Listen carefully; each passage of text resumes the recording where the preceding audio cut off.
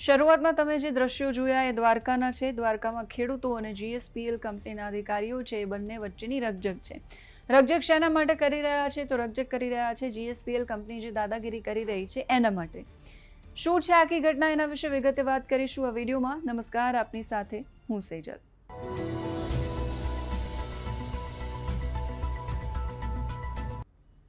દ્વારકાની અંદર 29 ગામ એવા છે કે જ્યાં GSPL કંપની છે એ પોતાની પાઇપલાઇન, ગેસ પાઇપલાઇન નાખવાની છે. એ ગેસની જે પાઇપલાઇન નખાવાની છે એના કારણે ખેડૂતોના ખેતરમાં કામ ચાલી રહ્યું છે.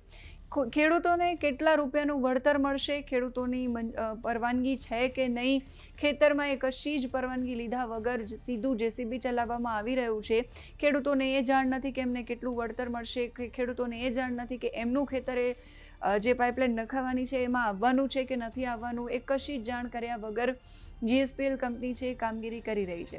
JCB લઈને પોલીસ પ્રોટેક્શન સાથે અધિકારીઓ પહોંચ્યા છે અને ખેડૂતોના ખેતરમાં લાઈન નાખી રહ્યા છે.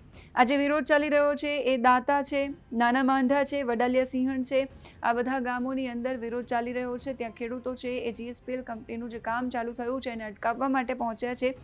દ્વારકા જિલ્લાના 3 તાલુકાના 29 ગામમાંથી આ ગેસ પાઇપલાઇન છે પસાર થવાની છે અને ખેડૂતો એવું કહી રહ્યા છે કે 1 પણ રૂપિયાનું વળતર આપ્યા વગર અમારા ગામની અંદર, અમારા ગામમાં આવેલા ખેતરની અંદર આ પ્રકારની દાદાગીરી સાથે GSPL કંપની કામ કરી રહી છે.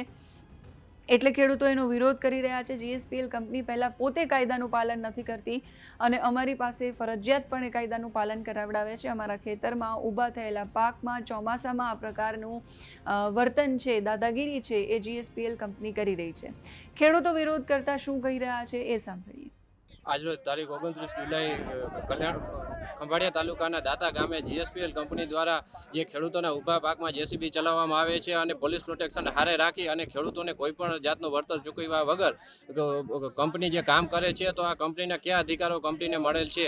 જે ખેડૂતોને પોતાના પાકમાં પોતાની પરવાનગી વિના કોઈ પણ જાતની નોટિસ આપ્યા વગર જે ખેડૂતોને જે ખેતરનો ઊભો પાક તમે જોઈ શકો છો, આમ જે બે અઢી મહિનાની જે મગફળી છે તેના ઉપર ચોમાસામાં પણ આવી રીતે કંપની દ્વારા તાનાશાહી કરવામાં આવે છે. અને જે આપ જોઈ શકો છો, દેવભૂમિ દ્વારકાના તમામ ખેડૂતોને આહવાન કરવામાં આવે છે કે તમે ખેડૂતો સાથે જોડાવ અને ખેડૂતોનો હકનું જે માગે છે, જે ખેડૂત પોતાની વળતર માગે છે એના સાથે સહમત રહ્યો અને ખેડૂતોને વધારેમાં વધારે વળતર કેવી રીતે મળે એના માટેને અમે આજે GSPL દ્વારા દાતા ગામે કામ બંધ કરવામાં આવે છે.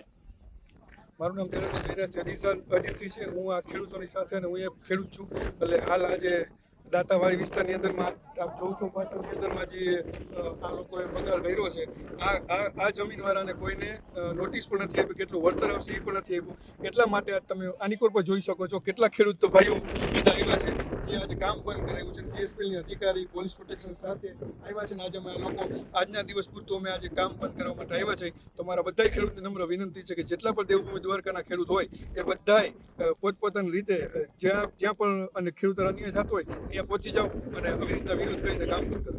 સાથે ખેડૂતોનું એવું પણ કહેવું છે કે અમે દરેક મોરચે રજૂઆત કરી ચૂક્યા છીએ. પ્રશાસનથી લઈ ધારાસભ્ય, સાંસદ સભ્ય અને સરકાર બધી જ જગ્યાઓ પર રજૂઆત અમે કરી ચૂકી છે. રજૂઆત કરીને અમે થાકી ગયા છીએ. એ રજૂઆતોના અંતે એમણે બેનરો લગાવી અને વિરોધ કર્યો અને ત્યાર પછી જે GSPL કંપનીના અધિકારીઓ કામ કરવા માટે પહોંચ્યા, એ કંપનીનું કામ શરૂ થયું તો એની સામે પણ JCB પર બેસીને ખેડૂતોએ વિરોધ નોંધાવ્યો. ખેડૂતોનું કહેવું છે કે GSPL કંપની છે 1 પણ રૂપિયાનું વળતર આપ્યા વગર કામ કરી રહી છે. GSPL કંપની પોતે કાયદાનું પાલન નથી કરી રહી. એની સામે સરકારે કંઈક અમારી સાથે વાતચીત કરવી જોઈએ અને નિર્ણય કરવો જોઈએ. શું નિર્ણય આવશે આગામી સમયમાં એના પર નજર રહેવાની છે. તમે શું માની રહ્યા છો કમેન્ટ કરીને કહેજો. અત્યારે આ વિડીયોમાં બસ આટલું જ. નમસ્કાર.